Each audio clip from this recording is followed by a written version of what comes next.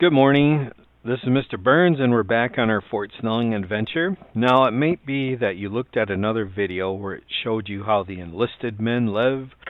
These are the common, everyday soldiers. This is a picture of their barracks.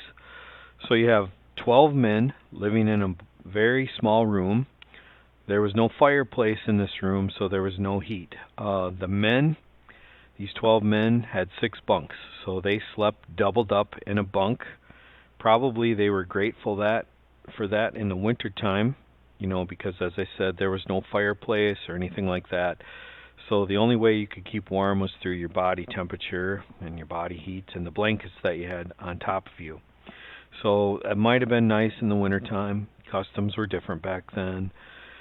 But in the summertime, it had to be really miserable because you didn't really have much of a window in these places, and you shared the bed, so you're getting all that body heat when it was hot and humid in the summertime.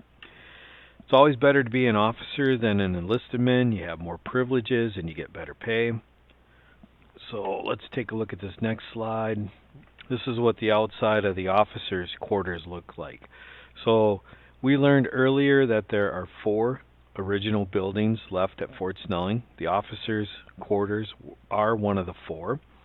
And an officer, just like the enlisted men, they could bring their family. And officers, instead of being jammed in one room, they got a 3-room apartment.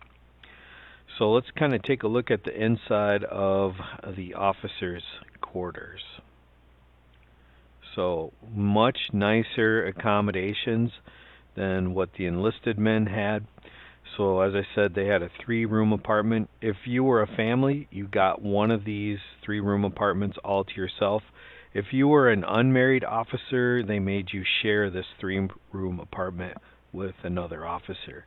So that's kind of a look at the housing at Fort Snelling. Big difference between the way a private lived and a lieutenant.